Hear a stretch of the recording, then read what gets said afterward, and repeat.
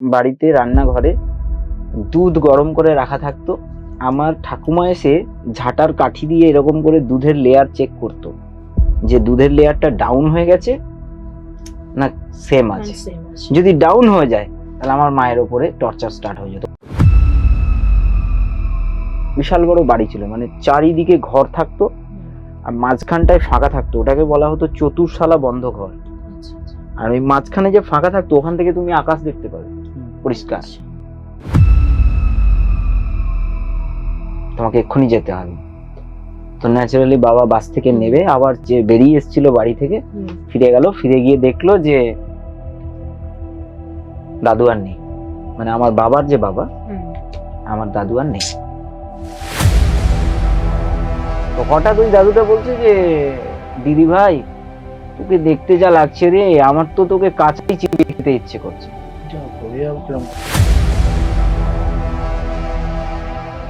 এই জিনিসটাকে আমি পুরো মানে এই জায়গাটা ক্লিক করে পুরো মামার আলমারি থেকেই টাকা, মানে তখন আমার মাথায় নেই যে আমি এটা কি কাজ করছি, এটা একটা আমি ক্রাইম করছি।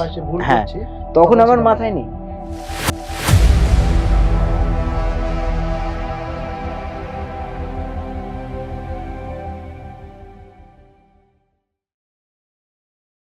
তোমাদের পেজ রেগুলার আমি ফলো করি, আমি দেখি কিন্তু কোনোদিন কোনো কমেন্ট করি না। কেন জানো? আমি যে কমেন্ট করব, আমার কাছে কমেন্ট করার মতো কি পরিস্থিতি আছে, কারণ আমি নিজেকে নিয়েই এখন ভাসছি।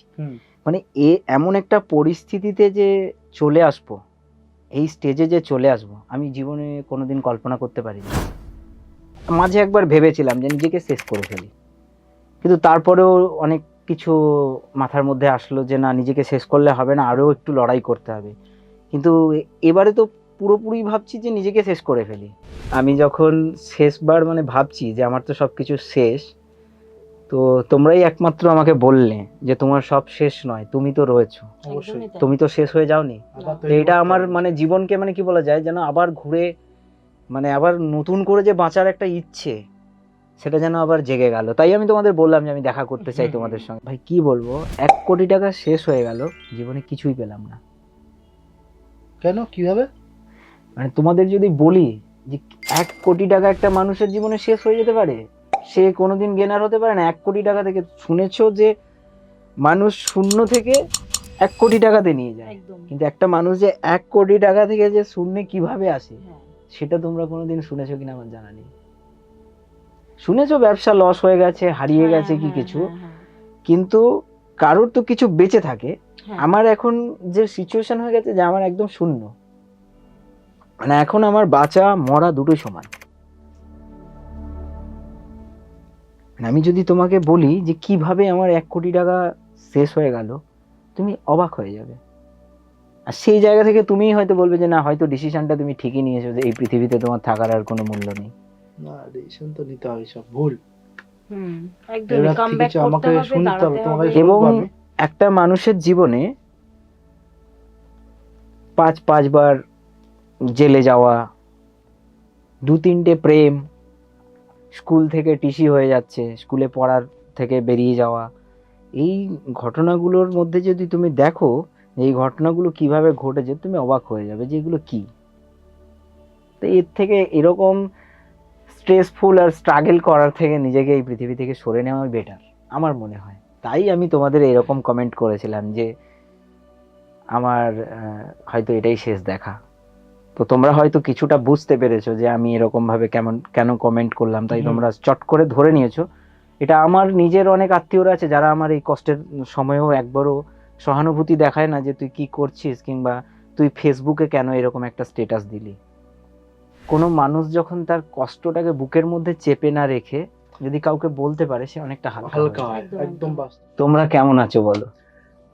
আমরা তো ভালো আছি, কিন্তু তোমার কথাটা শুনে খুব খারাপ লাগছে। মানে তোমার সাথে কি এমন ঘটলো লাইফে যে তুমি মানে এই মানে জায়গাটা তোমাকে আসতে? দেখো, লাইফে ঘটলো বলতে কি বলতো, এখন এমন একটা স্টেজে পৌঁছে গেছি যে জীবনে যেন সবকিছু থেকেও না থাকার মতো। আচ্ছা, আমি তোমাকে যদি বলতে শুরু করি, মানে আমার একদম ছোটবেলার থেকে এই আজকে মানে এই মিডল এজ পর্যন্ত যে লাইফের যে জার্নিটা, তাহলে তুমি বুঝতে পারবে যে আমার লাইফে কিভাবে এই জায়গায় আমি পৌঁছে গেলাম। প্রথম বলি যে আমার বাড়িটা একদম মেদিনীপুর জেলা, হয়তো নাম শুনেছ, হ্যাঁ হ্যাঁ হ্যাঁ, মেদিনীপুর জেলার একটা প্রত্যন্ত গ্রামে। আর আমার গ্রাম থেকে মামা বাড়ির দূরত্ব কত, হার্ডলি 8-10 কিলোমিটার হবে। আমার যে দাদু ছিলেন মামা বাড়ির দাদু, উনি ছিলেন হাই স্কুলের মাস্টার। আর আমার বাড়ির যে মানে আমাদের মামা বাড়ি হচ্ছে, দাদু হাই স্কুলের মাস্টার, মামা দুজন মামাই পড়াশোনা করছে, একজন গ্র্যাজুয়েট, একজন কলেজ লাইফ তখন। আর আমাদের বাড়িতে আমার ছোট কাকু তখন সম্ভবত কলেজ লাইফ, বড় কাকু ওই এইচএস লেভেল পর্যন্ত গিয়েছে, তাও হয়তো এইচএস কমপ্লিট করতে পারেনি। আর বাবা মাধ্যমিক পর্যন্ত পড়ে, এবার বাবা যেহেতু বড় ভাই, দাদুর বয়স হয়ে গেছে, ঠাকুমার বয়স হয়ে গেছে, তখন একটা বাবাকে বিয়ে করানো নিয়ে মানে যেটা মায়ের মুখ থেকে শোনা, একদম। তখন আমাদের একটা গ্রামের চাষি বাড়ির জমি জায়গাটাই বিশাল কিছু। এবার মামা বাড়ির দাদু চাকরি করেন, চাকুরিজীবী, কিন্তু তৎকালীন সময়ে মানে ধরো 70 থেকে 80s এর যে জামানা ছিল, তখন চাকরির সেরকম একটা মানে সেই চাকরির টাকা থেকে যে বিশাল হিউজ একটা ডেভেলপমেন্ট হবে পরিবারের, কিছুই না। মানে তখনও ওই দিন আনা দিন খাওয়া ভাবেই চলতো। তো আমার বাবার বাড়ির থেকে জমি জায়গা প্রচুর ছিল, মা বাবার সেই জন্য মানে কি বলা যায়, দাদু জমি জায়গা দেখে যে ওই বাড়িতে জমি জায়গা আছে মানে বিশাল ব্যাপার, কোনোদিন কোনো অভাব হবে না, মা বাবার বিয়ে হয়ে যায়। তো মাও ছিল বড় বোন, আর আমার বাবাও ছিল এই পরিবার থেকে বড় ছেলে। বিয়ে হয়ে যায়, বিয়ের পর থেকে বাবা আর কি বলা যায় মানে ওই মাধ্যমিক পাশের উপরে তো আর চাকরির জন্য কোনোদিনই সেরকম এগোনো মানে অসম্ভব ব্যাপার ছিল বাবার পক্ষে। আমাদের বাড়িতে 8খানা মতো বলদ ছিল, 3টে লোক মানে ওই দুটো করে 3টে লোক লাঙ্গল চালাতো, হ্যাঁ ওই বলদ নিয়ে চালাতো, বাবা তাদের সঙ্গে যেত লাঙ্গল কাঁধে নিয়ে। আচ্ছা। প্রথম বড় দিদি হলো, বড় দিদির পরে আস্তে আস্তে করে ফ্যামিলিতে একটা বিশাল ঝামেলা বেঁধে গেল মাকে কেন্দ্র করে। আচ্ছা। মানে মা ছিল হাই স্কুলের টিচারের মেয়ে, আর বাবা একটা চাষি মানে সাধারণ পরিবারের ছেলে। এবার ঘটনাটা কি হচ্ছে, মা একটু মানে তৎকালীন সময়ে একটু সাজগোজ, একটু হয়তো ধরো সামান্য একটা ব্রাশ করাকে কেন্দ্র করে আমার মায়ের সঙ্গে ঝামেলা বেঁধে যেত। মানে তখনকার দিনে নিম দাতুন বলে যেটাকে, নিম গাছের ডাল দিয়ে নিম দাতুনে মানুষ ব্রাশ করতো সকালে। এবার মা বাপের বাড়ি গেছে, বাপের বাড়ি থেকে কিছু, তখনকার দিনে বাপের বাড়ি গেলেই মেয়েরা কিছু না কিছু একটা পেতো বাপের বাড়ি থেকে, বাপের বাড়ি থেকে ব্রাশ এনেছে, সেটাকে নিয়ে অনেক কন্ট্রোভার্সি, অনেক মাকে অনেক মানে কি বলা যায় শাশুড়িদের যে জ্বালা, সেই জ্বালাটা সহ্য করতে হয়েছে। এমনও দিন গেছে যে আমি শুনেছি এই কথাগুলো, আমার কাকু বাড়ি থেকে চাল যেখানে স্টক করা হয়, চাল ওখান থেকে ব্যাগের মধ্যে ভরে নিয়ে গিয়ে বাজারে বিক্রি করছে, উল্টে আমার মায়ের নামে দোষ চেপে যাচ্ছে, যে আমার মা মনে হচ্ছে চাল ফাল নিয়ে কাউকে দিয়ে দিচ্ছে। তো এরকম একটা সিচুয়েশনে মানে কি বলবো, এমনও দিন গেছে আমার বাড়িতে রান্নাঘরে দুধ গরম করে রাখা থাকতো, আমার ঠাকুমা এসে ঝাঁটার কাঠি দিয়ে এরকম করে দুধের লেয়ার চেক করতো, যে দুধের লেয়ারটা ডাউন হয়ে গেছে না সেম আছে। যদি ডাউন হয়ে যায় তাহলে আমার মায়ের ওপরে টর্চার স্টার্ট হয়ে যেত। কখনো কখনো আমার মাকে আমার কাকুরা এবং ঠাকুমা মানে ফিজিক্যালি টর্চার করেছে, মারধরও করেছে। একটা সময় এমন সিচুয়েশন হলো যে আমার মাকে বাড়ি থেকে বের করে দেওয়া হলো।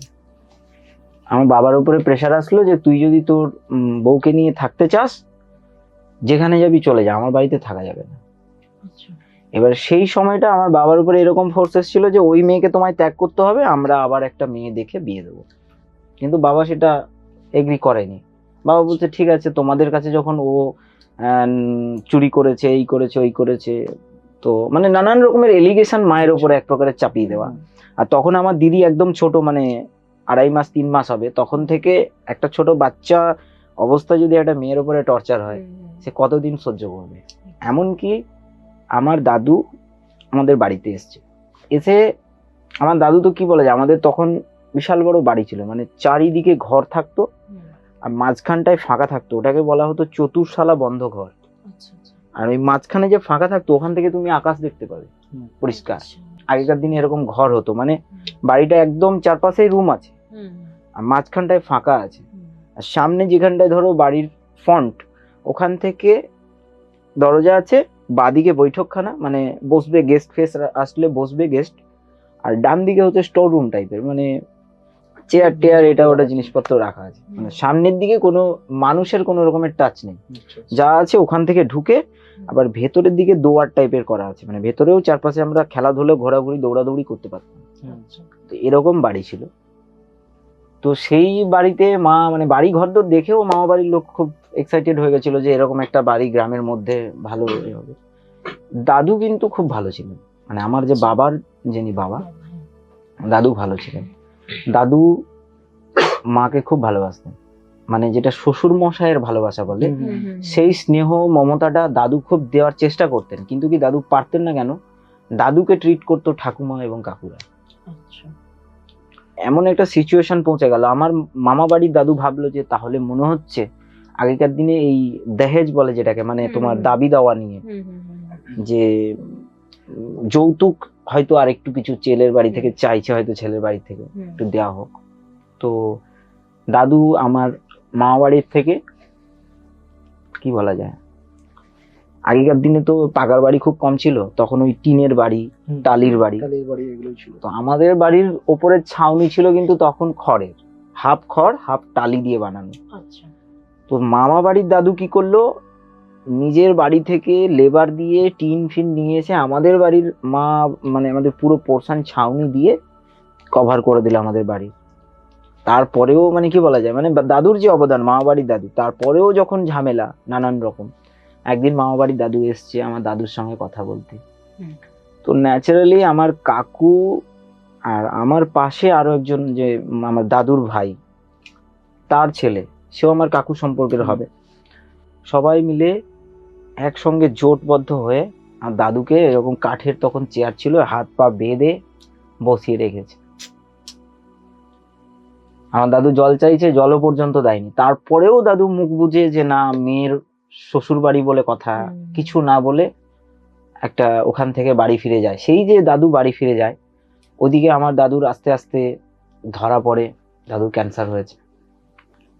আর এইদিকে আমার মা বাবার ওপরে রীতিমতো ফ্যামিলি থেকে একটা নানান রকম, মানে 2 দিন ভালো যায় তো আবার ঝামেলা বেঁধে যায়। তো যখন বাধ্য দেখলো যে এত অত্যাচার হচ্ছে এদের মধ্যে, আর দাদু কিছু বলতে পারছে না, আর দাদু সত্যি কথা বলতে আমাদের গ্রামের যাকে সেক্রেটারি মহাশয় বলে, সেক্রেটারি, তো একটু মান্যগণ্য ব্যক্তি ছিলেন, মানে গ্রামের মধ্যে প্রত্যেকটা গ্রামে এক একজন মানুষ থাকে, তো খুব মাননীয় যাকে বলে। তো তার দরুন ধরো আমি এখনো দেখেছি যে আমাদের বাড়ির ওখানকার যে প্রাইমারি স্কুল আছে, ওই স্কুলের অনেকটাই অংশ জায়গা আমার দাদুর দান করা। মানে তখনকার দিনে স্কুল হতো, মানে স্কুলের কোনো নিজস্ব জায়গা নয়, গ্রামেরই মানুষ যারা মানে বিশিষ্ট বিশিষ্ট মানুষ, তারা দান করে একটা স্কুল তৈরি করেছিল। তো দাদু এইরকম ধরনের ছিল। এবার সেই মানুষ পিসফুল, মানে একটা শান্তিপূর্ণ জীবনে চলার মানুষ, সে এইগুলো না মানতে পেরে না লাস্টে আমার বাবা মাকেই, মানে কি বলা যায়, উল্টো পাল্টা বলে যে তোরা আমার চোখের সামনে থেকে দূর হয়ে যা, আমি আর তোদের মুখ দেখতে চাই না। শেষমেশ আমার বড় মামা একটা, মানে বাড়ি থেকে প্রায় 40-50 কিলোমিটার দূরে পাঁশকুড়া বলে একটা জায়গা আছে, পাঁশকুড়া, ওখানে বড় মামা অনেকদিন আগেই চলে এসেছিলেন তার ফ্যামিলি নিয়ে, এসে ওখানে বিজনেস করতেন।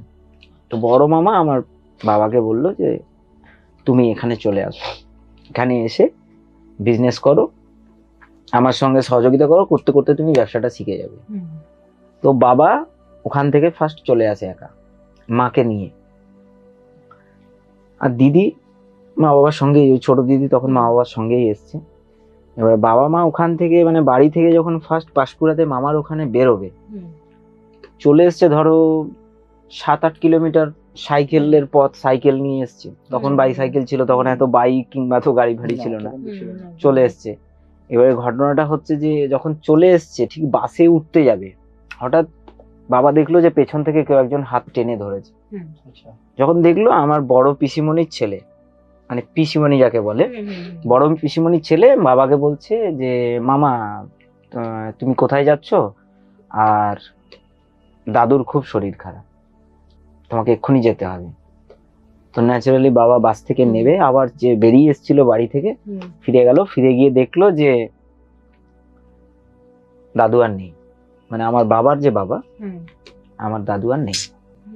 তো মায়ের মুখে শুনেছি যে সম্ভবত মনে হয় স্ট্রোক হয়ে গেছিল, মানে উনি যে ওই যে বাবা মাকে এইভাবে বলেছেন যে তুই তোদের মুখ দেখবো না, তোরা আমার থেকে চলে যা, বাড়ি থেকে আঘাত পেয়েছে, রীতিমতো নিতে পারেনি, তারপরে স্ট্রোক হয়ে গেছে। তো দাদু মারা গেলেন। এবার বাবা মা কিছুদিন পরে শ্রাদ্ধ শান্তি যা কিছু হওয়ার, হ্যাঁ, তো সৎকার্য সবকিছু হয়ে যাওয়ার পরে বাবা মা ফের আবার ওখান থেকে যাই হোক টুকটাক জিনিসপত্র নিয়ে পাঁশকুড়া চলে এলেন।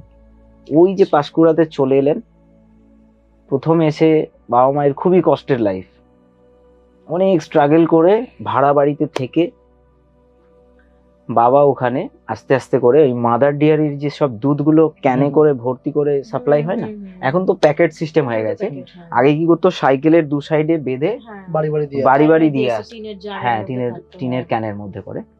তো দিতে দিতে দিতে দিতে বাবা একটা ছোট্ট এরিয়ার মোটামুটি ছোটখাটো সাব ডিলার টাইপের, মানে অনেক কাস্টমার হয়ে গেল, এবং বাবার আরো একজন দুজন মানে কি বলা যায় মেম্বার হয়ে গেল ওই বিজনেসের মধ্যে, তারাও ওরকম ক্যানে করে ভোর 3টের সময় সব দুধ ফুদ রেডি হতো, হরিণঘাটা থেকে দুধ আসতো, ওইগুলো আবার পাইপ লাইন করে কাটিং ফাটিং হয়ে ওগুলো যেত প্রত্যেকের বাড়ি বাড়ি, চায়ের দোকান, অফিসে দিয়ে আসতো।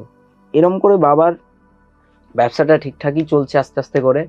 তার মধ্যে থেকে আমার আরেকজন দিদি, মানে ফার্স্ট একজন দিদি ছিলেন বড় দিদি, তারপরে ছোট দিদির আগমন করতে করতে বাবার ধরো 5-6 বছর বিজনেস হয়ে গেছে পাঁশকুড়াতে। ওইদিকে আর বাবা যায় না, মানে দেশের বাড়িতে আর ফিরে যায় না, 50 কিলোমিটার দূরে ওইভাবেই বিজনেস করছে, চলছে, ওই দিন আনা দিন খাওয়া এর মধ্য দিয়েই চলছে। তো আস্তে আস্তে বড় দিদির পরে যে দিদি হলো মেজো দিদি, ওর 7-8 বছর বয়সে এমন একটা মানে সিমটম দেখা দিল যে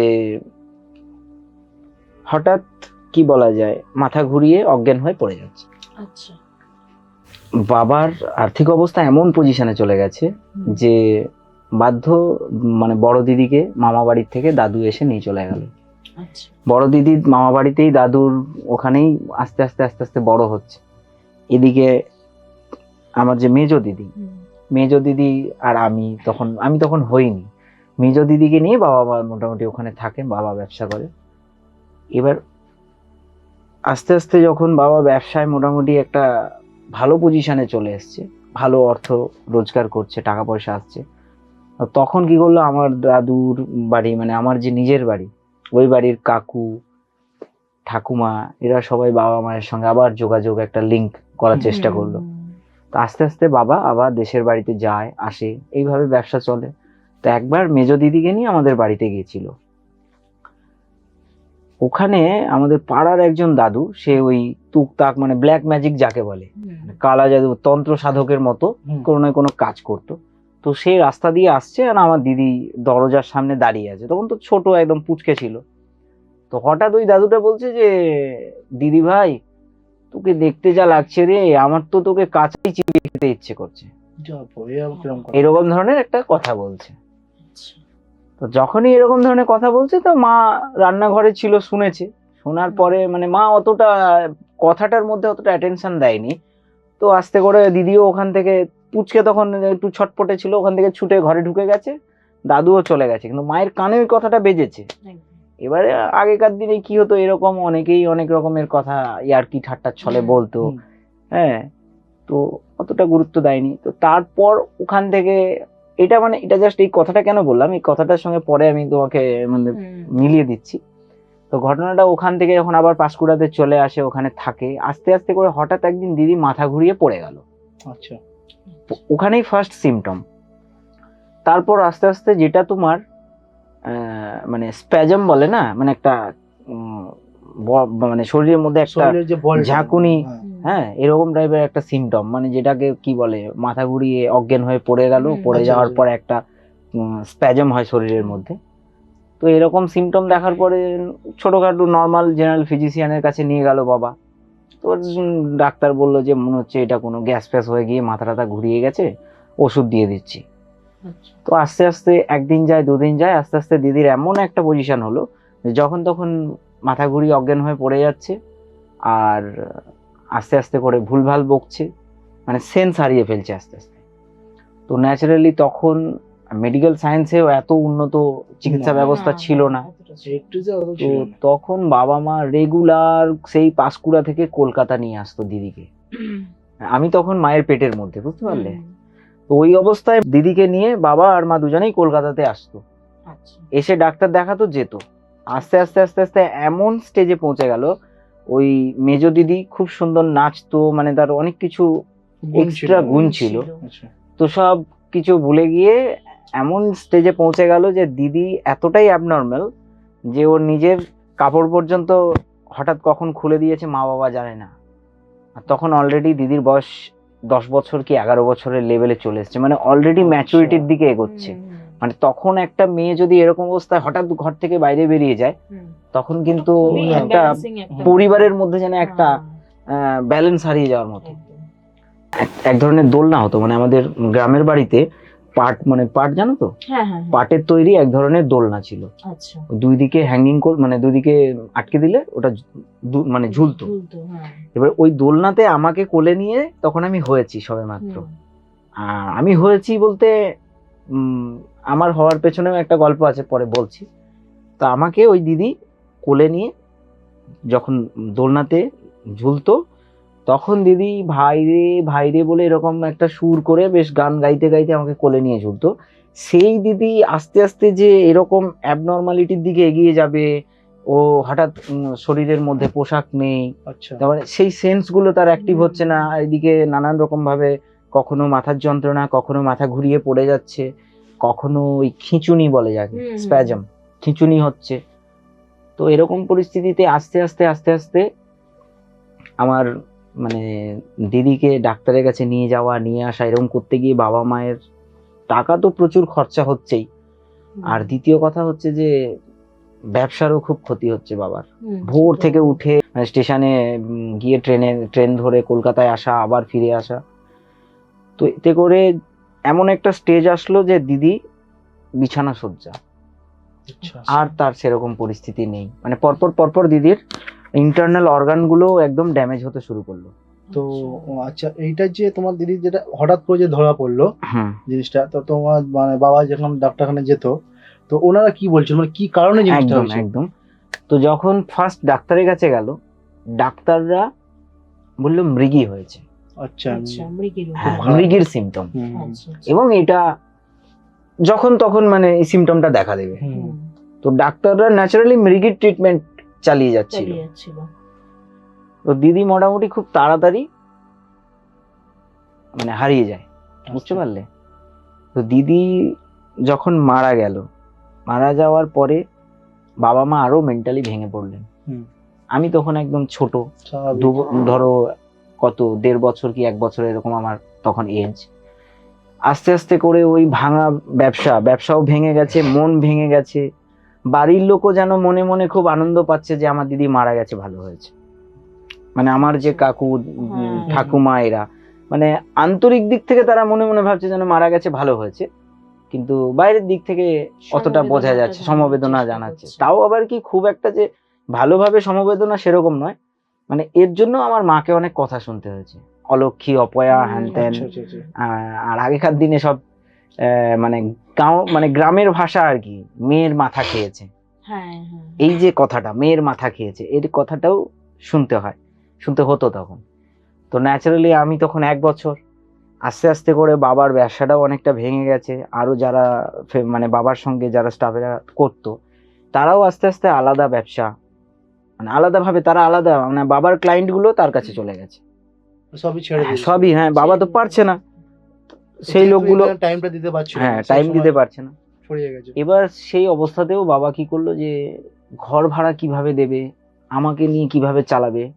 আস্তে আস্তে গ্রাম থেকে খবর আসছে যে কাকুরা একটু একটু করে জমি জায়গা সব বিক্রি করে দিচ্ছে, কোথাও দেনা করে ফেলেছে অনেক টাকা। এবার সেই দেনা লোক মানে যে পাওনাদার, সে এসে বলছে যে টাকা দাও, কাকুরা বলছে জমি বিক্রি করে দাও, দিয়ে টাকা শোধ করছি। এবার বাবা ভাবছে যে ওরা যদি এরকম করে আর আমি যদি এখানে বসে থাকি, তাহলে আমার ভাগেরও যে মানে আমি যে বড় ভাই, আমি যে বাড়ির বড় ছেলে, দেখা যাবে আমি পরে হয়তো জমি জায়গা পাবো না। যেটুকুন পাওনা আছে সেটা তো হয়তো পাবে না। এদিকে দিদি মারা যাওয়ার পর থেকে ব্যবসা পড়ে গেছে, আমি মানে আমাকে নিয়ে বাবা মায়ের দিন কাটাতে যেন একটা যেন অর্থনৈতিক অভাব, সংকটের মধ্য দিয়ে দিন সেটাই। কাটছে বাবা মায়ের। তো এই পরিস্থিতিতে মা কি করলো, বাড়িতে ফিরে গেল। আচ্ছা। আর তখন অলরেডি মা পাঁশকুড়াতে বেরিয়ে এই যে 8-10 বছর যে একটা বাইরে থাকা, মা অনেকটা চালাক চতুর এবং একটা মানে নিজে একা স্বাবলম্বী হয়ে গেছে পুরো, মানে একা যে সংসার চালাতে পারবে সেদিক থেকে মা অনেকটাই ফিট।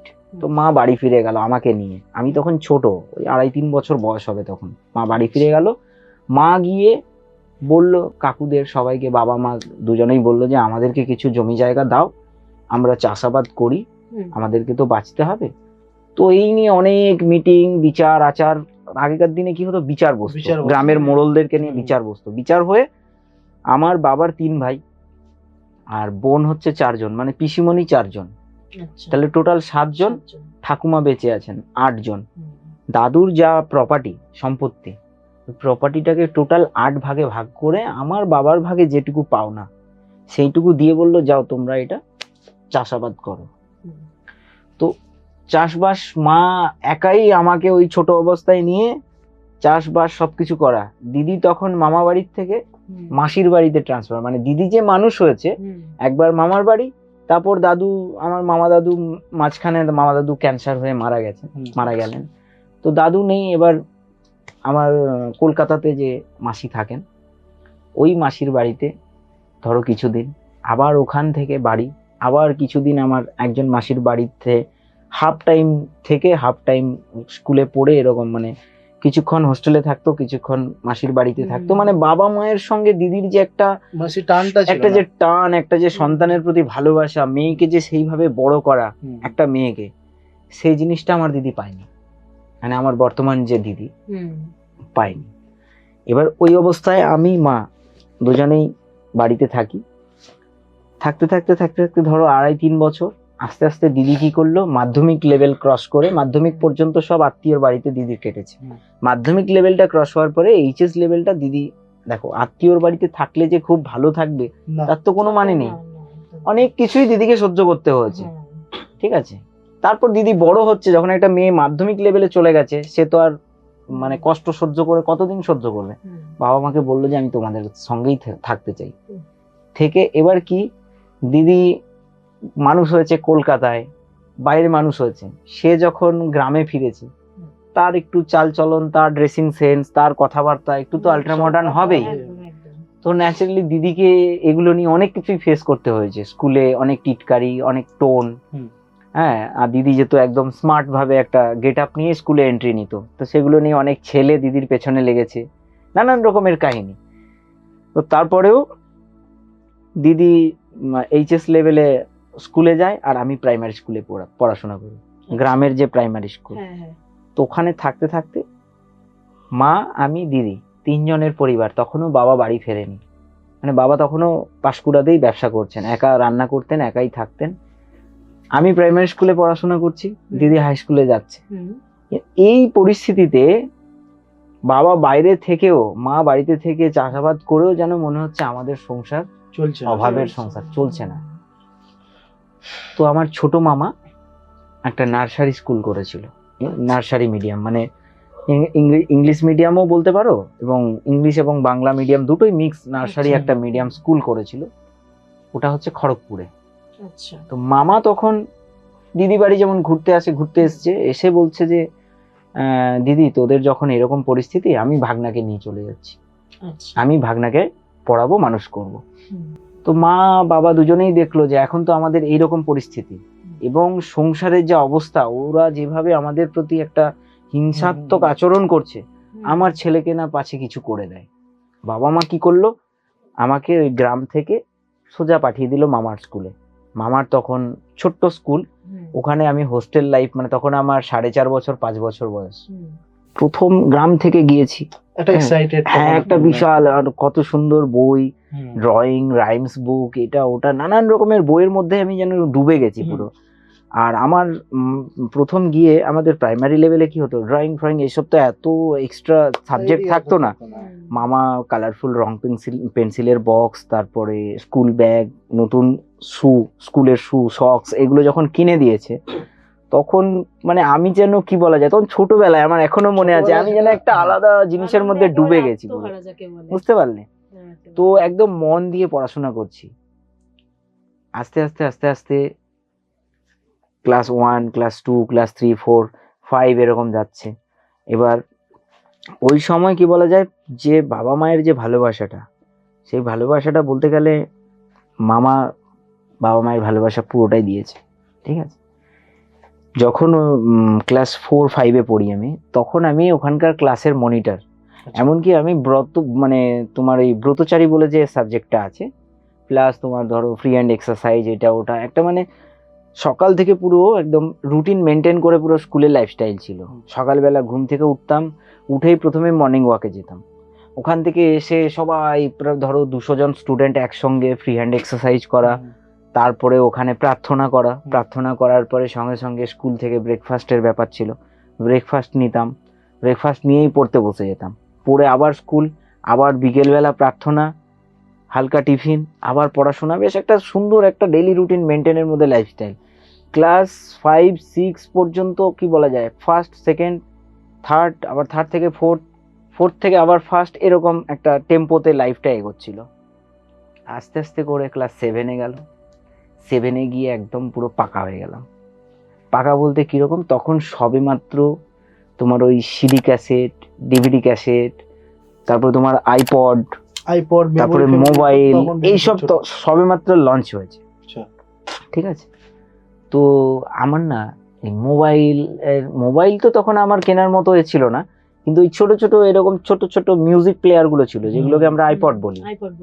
তো ওই আইপড গুলো ধরো তখন দাম হতো 2000-2500 টাকা, এরকম দাম হতো, চাইনিজ প্রোডাক্ট। তো আমার মামার স্কুলে যখন আমি পড়াশোনা করছি, তখন বাড়ির থেকে তো কোনো সাপোর্ট পাচ্ছি না। এবার মামা সবকিছু দেখে, সবকিছু আমার চাহিদা যা কিছু লাগে, খাতা পেন থেকে শুরু করে সবকিছুই দিত। আস্তে আস্তে আমি কি করতাম, মামার স্কুলের মনিটর হওয়ার পর থেকে হোস্টেলের যে বাজার করা যাকে বলে, ওই বাজার করার দায়িত্ব আমি নিয়ে নিয়েছি। বুঝতে পারলে? আমি বাজার করতে যেতাম, আমার কাছে খাতা থাকতো, খাতার মধ্যে সব লেখা থাকতো, ডাল চাল যা কিছু লাগবে, সঙ্গে মামা টাকা দিয়ে দিত। ঠিক আছে, এবার এটাকে তুমি যদি বলো যে তোমার মামা তোমাকে ইউজ করেছে, সেটাও এক ধরনের কথা, কারণ আমি তো পড়তে গিয়েছিলাম, আমার তো বাজার করাটা দায়িত্ব না। কিন্তু কি তখন হয়তো মামার এমনও একটা সিচুয়েশন ছিল যে স্কুল সেরকম বিশাল একটা ডেভেলপড পজিশনে যায়নি যে একটা কেয়ারটেকার রেখে তাকে মাইনে দিয়ে এই কাজটা করানো। এবার মামা দেখলো যে ও বড় হয়ে গেছে, 5-6 মানে একটা ছেলে অনেকটাই বড় হয়ে গেছে, তো মামা দেখলো যে আমার বাড়ির ছেলে যেরকম বাজার করতে যায়, তো আমার ওকে পাঠিয়ে দিই বাজারে। এবার আমি বাজারে যেতাম, বাজার করে নিয়ে আসতাম। কোনোদিন হয়তো ধরো 1000 টাকার বাজার করতে দিয়েছে, সেখানে হয়তো 20 টাকা কি 30 টাকা বেঁচে গেছে। আমি যখন ওটা ফেরত দিতে যেতাম, তখন হয়তো মামা আমাকে খুশি হয়ে বলতো 10 টাকা তুই রেখে দে। এরকম ভাবে আমি কিছু টাকা জমাতাম। জমাতে জমাতে ধরো 500-600 টাকা, 700 টাকার মতো জমে গেছে আমার। এবার আমি বাজার করতে গিয়ে বাইরে বেরিয়ে কোনো একটা লোকের কাছে দেখছি এরকম কানে হেডফোন দিয়ে গান শুনছে। এবার আমি বলছি, দাদা কি একটু দেখাও না গো, কেমন? ও আমার কানে দিয়েছে, বেশ সুন্দর মিউজিক বাজছে, গান হচ্ছে। আমার নেশা জিজ্ঞেস করলাম, দাদা এটা কত দাম, কোথায় পাওয়া যায়? মানে আমি ওটার প্রতি পুরো অ্যাট্রাক্টিভ হয়ে গেলাম। তখন ওই লোকটা আমাকে, তখন তো আমি মানে পড়াশোনা করি, অতটা আমার ব্রেন অতটা ম্যাচুয়ার্ড হয়েছে কিনা কি করে বলবো, তো পড়াশোনা করি, তখন আমাকে ওই লোকটা বললো, তুই নিবি? তাহলে আমি তোকে দিয়ে দেবো, 2000 টাকা দিবি, তোকে দিয়ে দেবো।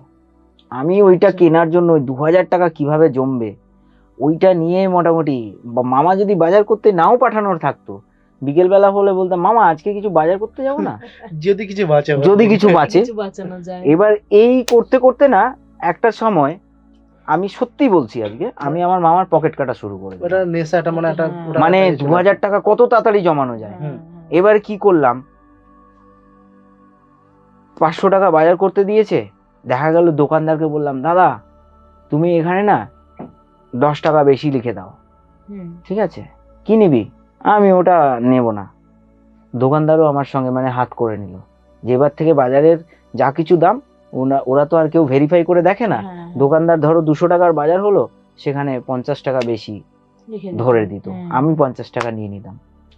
ঠিক আছে, মানে এটাকে যেটাকে বলে চিট করা, চিট করা শুরু করলাম। করতে করতে একদিন আমি আইপডও কিনে নিলাম, কিনে নিয়েছি, গান শুনি। এইবারে স্কুলের মধ্যে অন্যান্য স্টুডেন্টরা দেখছে, তারা কি করেছে, আস্তে করে মামা প্রিন্সিপাল মামাকে বলে দিয়েছে যে স্যার, আমার অ্যাকচুয়ালি তখন নাম ছিল, ডাক নাম ছিল কল্যাণ, স্যার কল্যাণ একটা কি কিনেছে, রাত্রেবেলা ঘুমানোর সময় কিগুলো কানে ফানে লাগিয়ে রাখে। মামা যে কানে যে খবর গেছে আমি জানি না। একদিন রাতের বেলা আমি যখন একদম ছোট ছিলাম, ধরো ক্লাস 2-3 পর্যন্ত, তখন মামার কাছে ঘুমাতাম, মামা মামিমার পাশেই থাকতাম। আস্তে আস্তে যখন বড় হয়ে যাচ্ছি, তখন আমিও স্কুল স্টুডেন্টের মতো হোস্টেল লাইফ যেরকম থাকে, একসঙ্গে 10 জন ছেলে ঘুমানো, 10 জন একসাথে বসে খাওয়া, থালা বাসন নিজে ধোয়া, নিজের জামা কাপড় নিজে কাচা। আমারও আলাদা ট্রাঙ্ক ছিল, আমারও মুড়ির কৌটো ছিল, খিদে পেলে মুড়ি বের করে খেতে হতো, মানে পুরো হোস্টেল লাইফ যাকে বলে। তো আমি যে ঘুমিয়ে আছি, মামা আস্তে আস্তে রাতের বেলা এসে আমার মানে বেড কভারটাকে খুলে দেখেছে যে আমি কি করছি, আর ধরে নিয়েছে। ওই যে ধরে নিয়েছে, এবারে মামা চার্জ করেছে যে কোথা থেকে তুমি এই জিনিস পেলে। এবার আমি তো পুরো বুঝতে পেরে গেছি যে আমি তো ধরা পড়ে যাচ্ছি। এবার মামা বলছে যে এত টাকা কোথা থেকে এলো, কি ব্যাপার। এবারে আমি একা জিনিসটা কিনতে যাইনি, আমার সঙ্গে আরো একটা ছেলে ছিল, এরকম 2-3টে ছেলে মিলে আমরা এটা কিনেছি। তো মামা কি করেছে, আস্তে করে আমাকে বলেছে ঠিক আছে, জিনিসটা নিয়ে নিয়েছে, ঠিক আছে তোর হচ্ছে, বলে চলে গেছে। আর স্কুল লাইফে মার খেয়েছি, মাথা খারাপ করা মার খেয়েছি মামার কাছ থেকে পড়ার জন্য। আচ্ছা, মানে মামা আমাকে কি বলা যায়, চ্যাংদোলা করে পিটাতো, যতটা ভালোবাস। মানে এমনও দিন গেছে, মানে আমার এখন কষ্ট হয় খুব, কেননা আমি সেই মামার পাশে মানে যাওয়ার মতো পরিস্থিতি নেই। এমনও দিন গেছে আমার মামা প্রচুর পিটিয়েছে, মানে এই চামড়া ফেটে গেছে।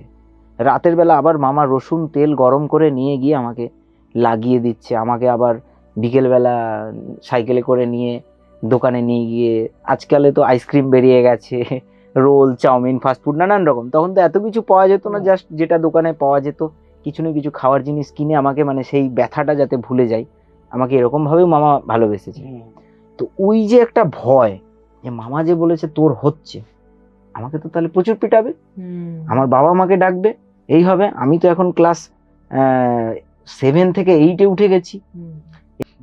তো তখন আমার ওই প্রেস্টিজ বলো কিংবা ইগো বলো, এই জিনিসগুলো অলরেডি আমার শরীরের মধ্যে চলে এসছে। আমি ভাবছি আমাকে এতগুলো লোকের সামনে মামা মারবে, এই হবে, কি করব। তো সাথে সাথে ভাবলাম যে মামা প্রচুর মারবে, এই করবে, থেমে গেলাম।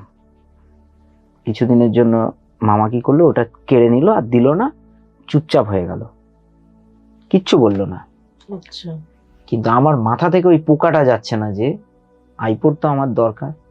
তার কারণ হচ্ছে কি, তখন ওই লুকিয়ে লুকিয়ে নানান রকমের মুভি, নানান রকমের লুকিয়ে লুকিয়ে দেখার যে একটা নেশা, আর টিভি, হ্যাঁ, আর টিভি দেখতাম তো তখন ওই টিভি ওই শক্তিমান হতো, জুনিয়র জি বলে হতো, এরকম 2-4টে প্রোগ্রাম দেখতাম।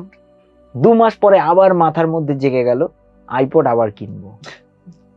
আবার কি করলাম, নানান রকমের পথ করতে না করতে একদিন কি করলাম, মামা যেহেতু আমি বাড়িতে থাকি, মামার আলমারি থেকেই টাকা বের করে নিয়ে আইপড কিনে নিলাম। কেননা মামার স্কুলে এতটাই টাকার লেনদেন হতো যে মামার মাথায় নেই যে আমার কত টাকা ঢুকছে, কত টাকা বেরোচ্ছে, কিংবা কত টাকা এ হচ্ছে। এই জিনিসটাকে আমি পুরো মানে এই জায়গাটায় ক্লিক করে পুরো মামার আলমারি থেকেই টাকা, মানে তখন আমার মাথায় নেই যে আমি এটা কি কাজ করছি, এটা একটা আমি ক্রাইম করছি, হ্যাঁ, তখন আমার মাথায় নেই। আমি মামার ওখান থেকে টাকা নিয়ে আইপড কিনে নিলাম, তখন ওটাই ঠিক মনে হয়েছে একদম। এবার ঠিক আইপডও কিনে নিলাম, আর মামাও তখন একদম মানে ন্যাচারাল ভাবে আমাকে বললো, কি রে গান শুনতে ইচ্ছে হচ্ছে, নে তোর জিনিস নে। মামা দেখলো যে এটা তো নর্মাল একটা গান শোনার জিনিস, বাচ্চা যদি গান শুনে যদি ওর একটা মানসিক বিকাশ ঘটে, তো মামাও ওটা আমায় দিয়ে দিল। আর At the এদিকে same time. হ্যাঁ অ্যাট দ্য সেম টাইম। আর আমিও কি করলাম, মামার আলমারি থেকে টাকা চুরি করে একটা বড় আইপড কিনলাম, যেখানে একদম স্ক্রিন আছে, বড় বড় ছবি সবকিছু দেখা যায়। ওই যে ছোট আইপডটা দিল, আমার না ছোট আইপডটার প্রতি আর সেই ইন্টারেস্টটা নেই। একটা নতুন এবারে জিনিস, ছোট- একটা নতুন জিনিস হ্যাঁ। কিনে নিয়েছি আমি। এবার ওই ছোট আইপডটা কি হলো, একটা স্টুডেন্ট চুরি করে নিল। আচ্ছা, ওই যে চুরি করে নিয়েছে, ও নিয়ে বাড়ি চলে গেছে। আর মানে আমি জানি না যে ও নিয়ে গেছে, আমার চুরি হয়ে গেছে, ও বাড়ি গেছে। হঠাৎ একদিন আমার বাড়ির পাশেই ওর বাড়ি, ঠিক আছে, আচ্ছা আমিও বাড়ি গেছি। গিয়ে বাড়ির পাশে ঘুরতে ঘুরতে ওর জেঠুর ছেলে আমাকে বলছে, কিরে তোর ও তো এরকম একটা কি নিয়ে এসছে তোদের স্কুলের ওখান থেকে, বেশ গান টান শুনছে, এ করছে। আমি বললাম গান শুনছে, কিরকম জিনিসটা বলো তো? বলে এই এত বড় এরকম কর্ড ঢোকাতে হয়, কানে দিলে গান শোনা যায়। হ্যাঁ, তখন আমার সন্দেহ হলো যে আমার জিনিসটা চুরি হয়ে গেছে। ও হুম। আসার পর থেকে আমি কি করলাম, ওর বাড়িতে গেলাম। আচ্ছা ওর বাড়িতে গিয়ে ওকে হাতে নাতে ধরে ফেললাম, ও আইপডটা নিয়ে বসে গান শুনছে। আচ্ছা এই যে হাতে নাতে ধরে ফেলেছি, ওর বাড়ির লোক ওকে এমন ট্রিট করেছে, হুম। ও বেচারা আমাকে কেস খাওয়ানোর জন্য হোক কি যাই হোক, ও বাড়ি থেকে পালিয়ে গেছে। যা, ও যা পালিয়ে গেছে, এবার হুম। ওর বাবা মা কি করেছে, স্কুলে গেছে, গিয়ে আমার মামার কাছে নালিশ জানিয়েছে। আচ্ছা এবারে মামার কাছে যে নালিশ জানিয়েছে, মামা যখন শুনলো যে আবার একটা বড় আইপড কিনেছে, আমি যখন ঠিক বাড়ি থেকে পৌঁছেছি তখনই আমার মামা বলছে যে তুই আজকে এসছিস তো, তোর একদিন কি আমার একদিন। আচ্ছা, সেটা রেগেই বলেছে। রেগেই বলেছে, একদম। কেননা একটা গার্ডিয়ান গিয়ে কমপ্লেন করেছে যে আমার ছেলের যদি এখন কিছু হয়ে যায়, তোমার স্কুল পুরো বরবাদ করে দেবো, এত বড় যদি একটা হুমকি দেয়, তো ন্যাচারাল একটা মানুষ রেগে যাবে। আমি না পুরো ঘাবড়ে গেছি যে কি করব। আমি কি করেছি, ওখান থেকে মানে আমার যেটুকু মানে নেওয়ার, যেটুকু বলতে ওই শুধু আইপডটা, আর যা কিছু ছিল সব ওখানেই পড়ে আছে, বাড়ি চলে এসেছি। বাড়ি এসে মানে বাড়ি এসেছি 50 কিলোমিটার, নিজে বাসে চড়ে ট্রেকার মানে গাড়ি ধরে বাড়ি চলে এসেছি। এসে মা বাবার কাছে নাটক করছি যে মামা প্রচুর মারে, মামিমা আমাকে প্রচুর খারাপ বাসে, আচ্ছা, আমি একদম ওখানে থাকবো না, আমাকে বাজার করায়, আমার পড়া হয় না, আমি পড়তে পারি না, বাজার করতে করতে আমার সময় পেরিয়ে যায়, পড়াশোনা হচ্ছে না। এবার ন্যাচারালি যে কোনো বাবা মা চাইবে যে আমি তো ওকে মানুষ হওয়ার জন্য ওখানে পাঠিয়েছি, আর ও যদি এরকম বলে, তাহলে তো ওর ওখানে লাইফ রিস্ক হয়ে যাচ্ছে, পড়াশোনাও ঠিক হবে না। মামা আসলো আমার বাড়িতে, মামা এসে মাকে বোঝালো, দিদি দেখ এই এই ব্যাপার। মা বাবা এমন একটা আমাকে নিয়ে মানে ভয় পেয়ে গেছে যে ও যদি ওখানে যায়, ভাই যদি ওকে মারধর করে, কিংবা ওকে তো এই যে ব্যাপারটা ঘটেছে এখানে একদিন না একদিন তো রাগের ছলে বলে ফেলতে পারে, তখন যদি আমার ছেলে কিছু করে ফেলে, আমি বাবার একমাত্র। তো ন্যাচারালি মা বাবা দিদি সবাই মিলে, যাক তখন না হয় আমাদের অভাব ছিল, এখন তো আর সেরকম অভাব নেই। আমার ছেলে আমার হাই স্কুলে পড়বে, ক্লাস 8 থেকে হাই স্কুলে পড়বে। মামা যথারীতি মানে চোখের জল ফেললো যে দিদি তোরা আমাকে ভুল বুঝছিস। রীতিমতো মা বাবা এবং মামার সঙ্গে একটা বিশাল ঝগড়া হয়ে গেল যে হ্যাঁ রে হ্যাঁ, দেখেছি তোরা আমার ছেলেকে কতটা মানুষ করেছিস, তোরা আমার ছেলেকে মানুষ করতে গিয়ে, হ্যাঁ তোরা আমার ছেলেকে বাজার করতে পাঠাস, এই করিস, আমার ছেলেকে মিস ইউজ করেছিস তোরা। মামা রীতিমতো আঘাত পেয়ে, যে ছেলেকে 10 বছর পড়িয়েছি মানুষ করেছি, সেই ছেলের বাড়ির থেকে এরকম একটা রেজাল্ট। মামা ওখানে গিয়ে বললো আমি আর কোনো মানে, পরে মামার সঙ্গে কথা হয়েছিল, তখন মামা বললো যে সেই তুই যে চলে গেলি, তারপর তোর চলে যাওয়ার পর থেকে আমার যারা যারা ছিল, মানে আমার আরেকজন মাসির ছেলে ছিল, আরেকজন মাসির ছেলে এবং মেয়ে ছিল, প্রত্যেককেই আস্তে আস্তে করে মামা প্রত্যেককেই বাড়ি পাঠিয়ে দিয়েছে। মানে মন ভেঙে গেছে মামার যে আমি সবাই এর উপকার করব, পরে আমাকেই কথা শুনতে হবে। তো ন্যাচারালি আস্তে আস্তে করে আমি যেন একটা আলাদা রকম জীবনে এন্ট্রি করলাম। প্রথম কি হলো, হাই স্কুলে গেলাম, গ্রামের হাই স্কুল, শু পরে গিয়েছি, টাই বেঁধে গিয়েছি, কাঁধে ঝোলানো ব্যাগ নিয়ে গিয়েছি। আর আমাদের ওখানকার স্কুলের ছেলেমেয়েরা কিরকম বলতো, ওই নাইলনের যে বাজার করা ব্যাগ, ওতেই বই আর চটি, আর এখন তো তবু জিন্স সবকিছু একটা মানে ফ্যাশনেবল পোশাক চলে এসছে, ড্রেস চলে এসছে। হ্যাঁ। তখন কি বলতো, একটু নর্মাল একটা প্যান্ট, হ্যাঁ, ঠিক আছে, হ্যাঁ, একটা নর্মাল সাদা জামা পরে স্কুলে যেত। হুম। মেয়েরা একটু মোটামুটি শাড়ি কিংবা সালোয়ার কামিজ একটু স্কুল ড্রেস ম্যাচ করে পরে আসতো, কিন্তু ছেলেরা ছিল হাবাগোবা টাইপের। তার মধ্যে আমি এইভাবে এন্ট্রি করেছি। এবার প্রথম যখন গিয়েছি না, ওই স্কুলের 1 থেকে 10 পর্যন্ত মেয়েরা, মানে 1st থেকে 10th পর্যন্ত মেয়েরা, আচ্ছা তারপরে ছেলেরা। আচ্ছা আর ফার্স্ট যে গার্ল ছিল sorry, সে হচ্ছে একজন স্যারের মেয়ে, আচ্ছা একজন টিচারের মেয়ে। আচ্ছা সেকেন্ড যে ছিল সে হচ্ছে একজন ম্যাডামের মেয়ে। থার্ড যে ছিল সে হচ্ছে একজন চাষির মেয়ে এবং ব্যবসায়ী, মানে চাষি প্লাস ফেরিওয়ালা যাকে বলে, ফেরিওয়ালার মেয়ে। হুম, আর ফোর্থ যে ছিল সেও একজন টিচারের মেয়ে, কিন্তু সে অন্য স্কুলের টিচার, ঠিক আচ্ছা, আছে। এবারে বাকি পরপর আর বাকি যারা ছিল, কেউ বিজনেসম্যান, কেউ চাষি, এরকম হুম। প্রত্যেকটা মেয়ে 1 থেকে 10 পর্যন্ত মেয়েরা। এবং ওদের মধ্যে বিশাল একটা কমিউনিকেশন বলো, ইউনিটি বলো, ওদের মধ্যে বিশাল একটা ছিল, বন্ডিং ভালো ছিল। এবারে আমি ওখানে গিয়ে এন্ট্রি করেছি ক্লাস হুম। 8, ক্লাস 8 না, ক্লাস 9। ক্লাস 9 এ এন্ট্রি যখন নিলাম তখন আমার অলরেডি 1 বছর ল্যাপস হয়ে গেল। মানে আমি তো হ্যাঁ, এখান থেকে মামার তোমরা- স্কুলে হ্যাঁ, রেজিস্ট্রেশন করিয়ে ফেলেছিলাম মাধ্যমিকের হ্যাঁ, জন্য। হ্যাঁ, হ্যাঁ, আর মামা কষ্ট পেল কোথায়, যে আমি ওই ছেলেটাকে মাধ্যমিক পর্যন্ত যদি নিয়ে যেতে পারতাম, হুম, ওই ছেলেটা যদি আমার স্কুল থেকে ভালো র্যাঙ্ক করতো, তাহলে আমার স্কুলের নাম হতো, আরো একদমই তাই। স্টুডেন্ট আসতো।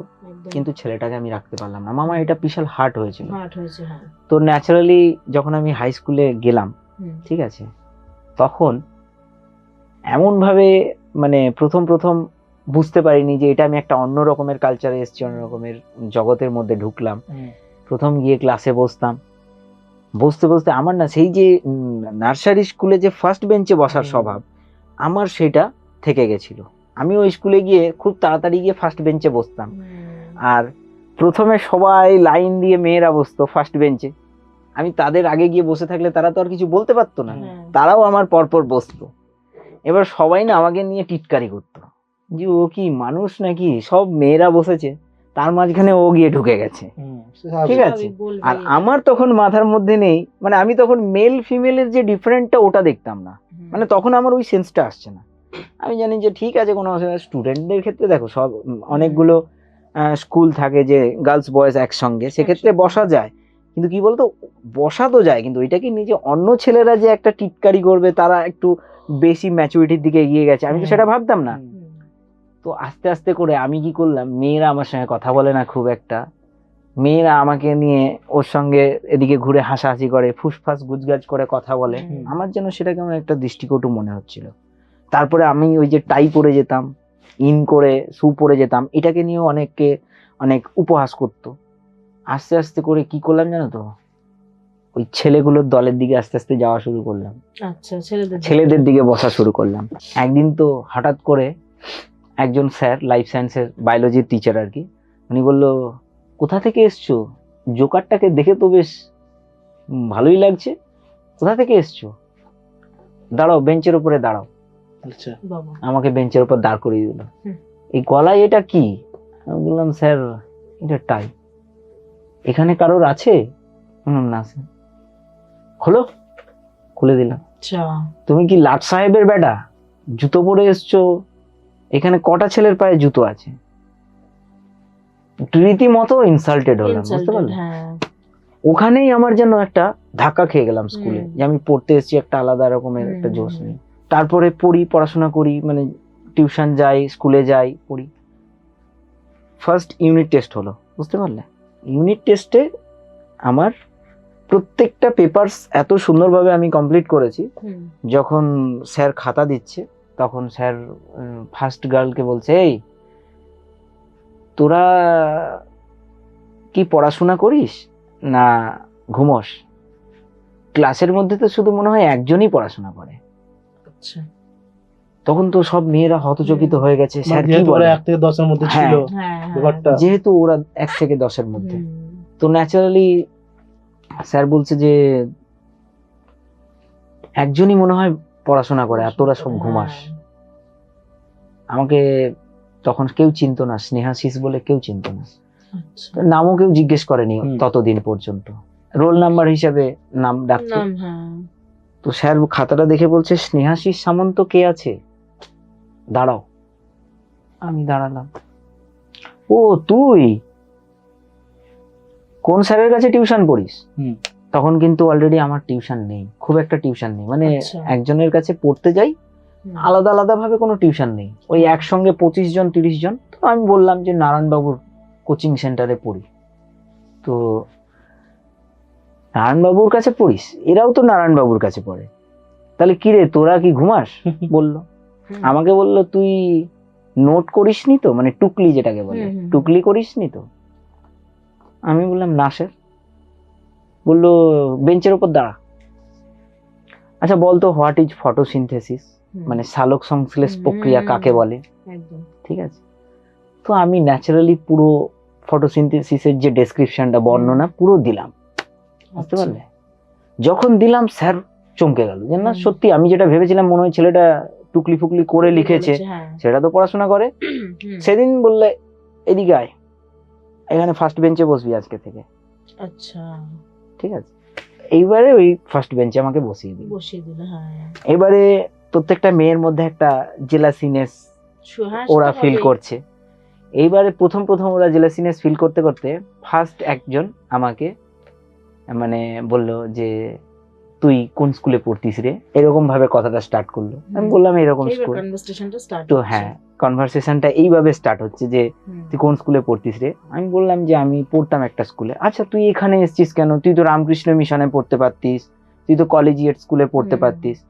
তো ন্যাচারালি আমি বললাম যে আমি রামকৃষ্ণ মিশনেও পরীক্ষা দিয়েছি, অ্যাডমিশন টেস্ট, কলেজিয়েটেও দিয়েছি 5 to 8 পর্যন্ত, এবং প্রত্যেকটাতেই আমি র্যাঙ্ক করেছি। আচ্ছা। মানে রামকৃষ্ণ মিশনে এরকম ছিল যে 120 জন স্টুডেন্ট নেওয়া হবে হুম। টোটাল, হুম। ঠিক আছে। 120-র ভেতরে কোথাও ছিল 60 জন নেওয়া হবে, হুম। 60 জনের মধ্যে আবার গ্রুপ ভাগ করে দেবে, এরকম। হ্যাঁ। তো আমি প্রত্যেকটাতে কোথাও 25 র্যাঙ্ক করেছি, কোথাও 12 র্যাঙ্ক করেছি, কোথাও হয়তো 30 র্যাঙ্ক করেছি। মোটামুটি আমি ওদের যে অ্যাডমিশন টেস্টের যে সিলেবাস অনুযায়ী যে হুম। কোশ্চেন পেপারগুলো থাকতো, আমি র্যাঙ্ক করতাম। এবার আমার বাড়ির লোক চিন্তা করেছিল কি, যে ও তো মামার স্কুলে পড়ছে, ওটাও হুম। একটা তো কিছুটা মিশনারিজ টাইপের স্কুল হুম, হয়েছে, হুম, হুম। তো ওখানে যদি ভালো পড়াশোনা করে, রামকৃষ্ণ মিশনে আমাদের তো আর্থিক অবস্থা অতটা ভালো নয়, হুম। আমরা পড়াবো কি করে, তো ওখানেই পড়ুক, সেজন্য যেতে পারিনি। হুম। তো আমি ওদেরকে বললাম গল্প, আমার রামকৃষ্ণ মিশনের যে র্যাঙ্কিং এর যে সার্টিফিকেট গুলো ওদেরকে দেখালাম। ওরা তখন বুঝতে পেরে গেল, না রে ছেলেটা নিশ্চয়ই ট্যালেন্টেড আছে। এইবার ফার্স্ট একজন গেল, এবার সেকেন্ড একজন কথা বলছে, এরকম করতে করতে সবাইয়ের সঙ্গে না একটা ভালো একটা বন্ডিং তৈরি হয়। বন্ডিং তৈরি হয়ে গেল। হ্যাঁ। প্রথম দিন আমার একটা সিমটম আসলো কিরকম স্টুডেন্ট লাইফে, প্রথম দিন সিমটম আসলো যে আমার ব্যাগের মধ্যে একটা ফুলের কেউ বাঞ্চ ঢুকিয়ে দিয়ে চলে গেছে। ফার্স্ট সিমটম আসলো লাইফে। আচ্ছা। আমি বাড়ি গিয়ে দেখছি আমার ব্যাগের মধ্যে ফুল। আমার তো তখন এই ফুল কি, ফুলের মানে গুরুত্বটা কি, হ্যাঁ। আমার এইসব তখন ব্রেনে ক্লিক হচ্ছে না। হুম। পরের দিন দেখলাম একটা happy new year greetings card ব্যাগের মধ্যে। আচ্ছা। তারপরের দিন দেখলাম একটা কলমে লেখা I love you so much. বাবা। ঠিক আছে। এবার আস্তে আস্তে করে না আমার ব্রেনের মধ্যে এই জিনিসগুলো আসছে, আসছে, হ্যাঁ। যে এইগুলো কি, এগুলোর ব্যাপারটা কি। ধীরে ধীরে একদিন স্কুলে আসলাম, স্কুলে আসার পরে কতগুলো ছেলে আমাকে ধরলো, বুঝতে পারলে, এই আজকে তো আমাদের লেজার পিরিয়ড, এখন তো হবে না, চল একটা জায়গায় যাই। গেলাম, ওখানে গিয়ে দেখছি সবাই বিড়ি টানছে, সিগারেট টানছে, আচ্ছা। ঠিক আছে। খারাপ এবারে আমাকে নিয়ে গেল, নিয়ে হুম। যাওয়ার পরে, খাবি? হ্যাঁ ভাই আমি এইসব খাই না রে। হুম। বাবা, নার্সারি স্কুলের ছেলে বলে কথা, ইংরেজিতে কথা বলিস। আমি তখন অনেকটাই ফ্লুয়েন্ট ইংলিশে স্পিচ দিতাম। আচ্ছা। তো ন্যাচারালি ওরা আমাকে বললো, তোর তো ব্যাপার স্যাপারই আলাদা, ঠিক আছে আজ খাচ্ছিস না কালকে খাবি, এইরকম ধরনের ডায়লগ। বেশ কিছুদিন গেল, হুম। যাওয়ার পরে একজন আমাকে হঠাৎ করে, ওই একই আমরা টিউশনে পড়ি প্লাস স্কুলে পড়ি, আচ্ছা। ও ছিল ক্লাসের থার্ড। আচ্ছা। ওর বাবা চাষবাস প্লাস হচ্ছে মাথায় ওই মাদুর বলে যেটাকে, হুম, হুম, মাদুর মাথায় নিয়ে ফেরি করতো, আচ্ছা।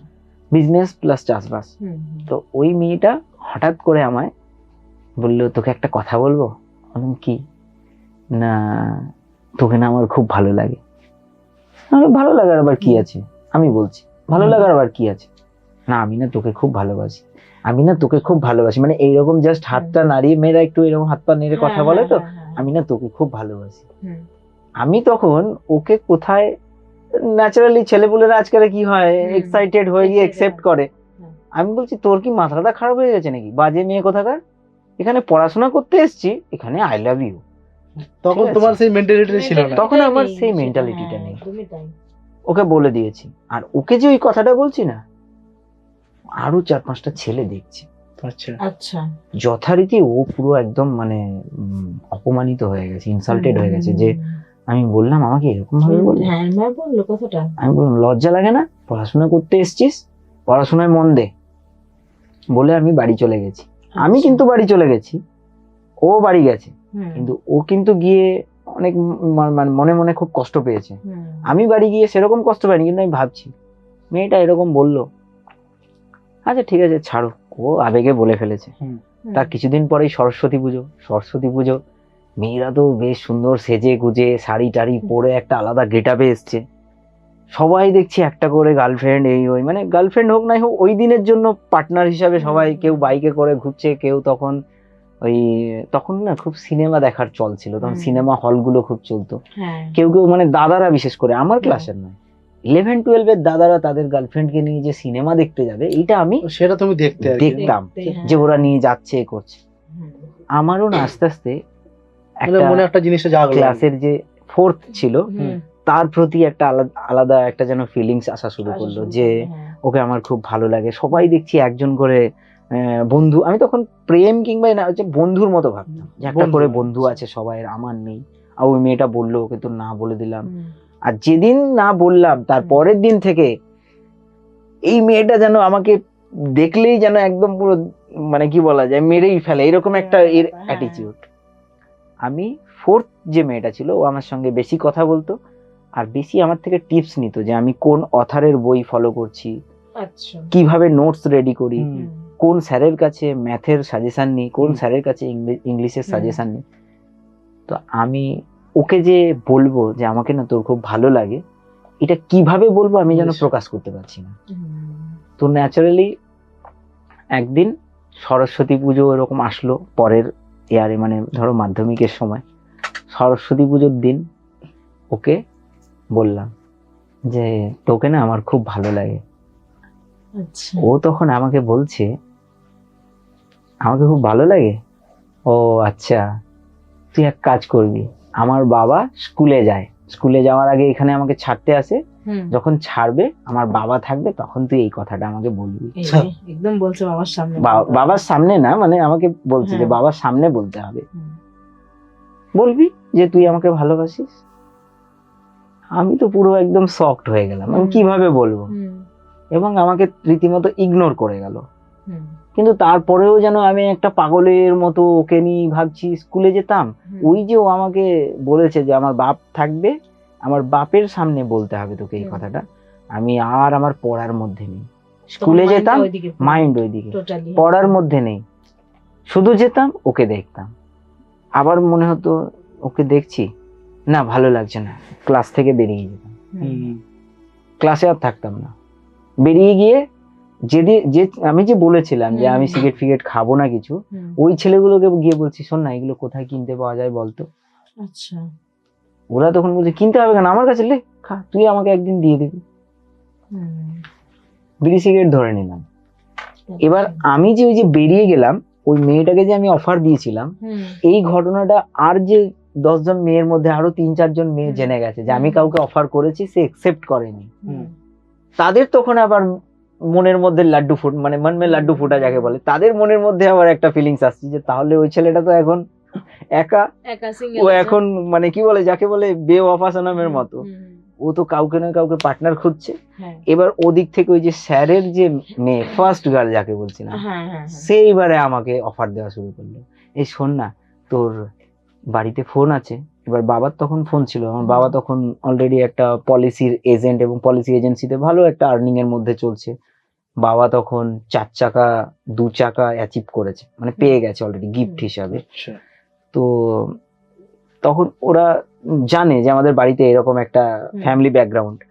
তো ওই মেয়েটার এবং ওই মেয়েটা দিদির সঙ্গে আমার দিদি একই সঙ্গে পড়েছে, যার জন্য ওর দিদি প্লাস ওর মামা দুজনেই আমার দিদিকে আমাকে আমাদের ফ্যামিলিকে অনেকেই চেনে, ওদের ফ্যামিলি। তো ওই ফার্স্ট গার্ল যে, ও এবার আমাকে, তোর বাড়িতে ফোন আছে? হ্যাঁ আছে। তোর ফোন নাম্বারটা দে না, আমি তাহলে একটু এই নোটস ফোটসের ব্যাপারে একটু যদি কিছু হেল্প লাগে তোকে ফোন করব। আচ্ছা। তো ন্যাচারালি আমি ফোন নাম্বার দিলাম।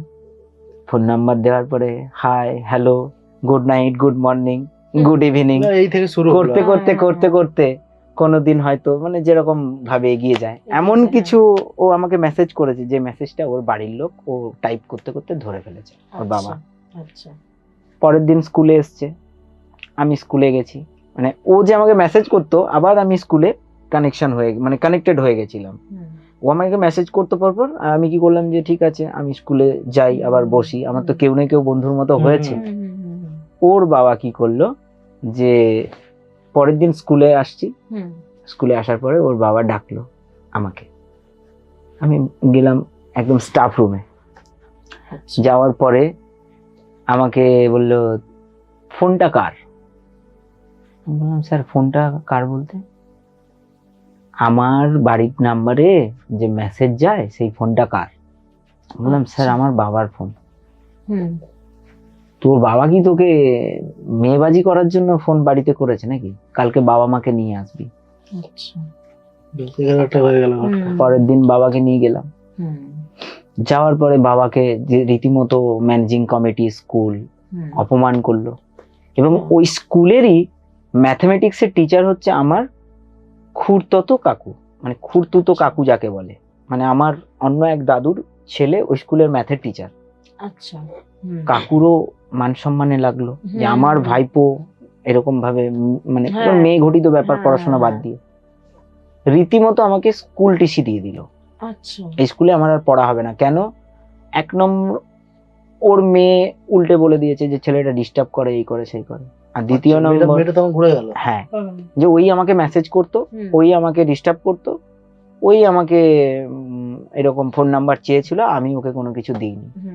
আমাকে যখন ওর বাবা বললো তোমাকে কিছু দিয়েছে, আমি তখন গ্রিটিংস কার্ড থেকে শুরু করে আরো অনেক কিছু গিফট ছিল যেগুলো সব ওর বাবার কাছে দিলাম। সেগুলো সব নিয়ে রেখে দিল। পরে আর তার কোনো কিছু মানে কি বলা যায়, সেটাকে নিয়ে আর কোনো কিছু হলো না, রেখে দিল। আমার বাবা মা আসলো, বাবা মা আসেনি, বাবা আসলো, বাবাকে একটু থ্রেট দিল এবং বলে আপনার ছেলেকে স্কুল টিসি দিলাম। আচ্ছা। তো অনেক মানে বলে অনেক হাতে পায়ে ধরার মতো অবস্থা, একটা সিচুয়েশন বলে যে আপনি স্কুল টিসিটা দেবেন না, স্কুল টিসি দিলে ও মাধ্যমিক পরীক্ষা দিতে পারবে না, তো আপনি এক কাজ করুন, ওকে সেন্টার পর্যন্ত মানে স্কুল থেকে পড়াশোনাটা থেকে বাদ দিয়ে দিন, কিন্তু ও যেন পরীক্ষাটা দিতে পারে। ঠিক আছে? তো এই সিচুয়েশনে কি হলো, আমি বাইরে পড়াশোনা করছি, আমি জানি মাধ্যমিক পরীক্ষা দেবো, কিন্তু ওই যে ওখান থেকে চলে আসা, ওই যে একটা আমি যাকে চাইতাম, যার সঙ্গে কথা বলতে চাইতাম, কিংবা এক প্রকারে তুমি ধরেই নিতে পারো যে যার সঙ্গে প্রেম করতে চেয়েছিলাম, ভালো লেগেছিল, তাকে এক প্রকারে পেলাম না। দ্বিতীয় কথা, পড়াশোনাটাও নষ্টের পথে এগিয়ে গেল। তৃতীয় কথা, বিড়ি সিগারেট থেকে মদও পর্যন্ত ধরে নিলাম, নেশা অবধি চলে গেলাম। শেষমেশ ভাবলাম পড়াশোনা করে কি কিছু হবে? আমার তো ফ্যামিলির এরকম একটা অবস্থা, তার থেকে এক কাজ করি, টাকা রোজগার করি। আচ্ছা, তখন মেন্টালিটিটা চলে গেল টাকা রোজগার। হ্যাঁ, পড়াশোনা করে আর কি হবে, আমি টাকা রোজগার করবো। তো আস্তে আস্তে কি করলাম, বিভিন্ন মানুষের সঙ্গে মিশতে তোমার এই রোজ ভ্যালি, তারপরে সারদা, এইসব যে চিট ফান্ড গুলো এসেছিল না, এরকম চিট ফান্ডের মতো আইকন বলে একটা আইকোর বলে একটা কোম্পানি এসেছিল।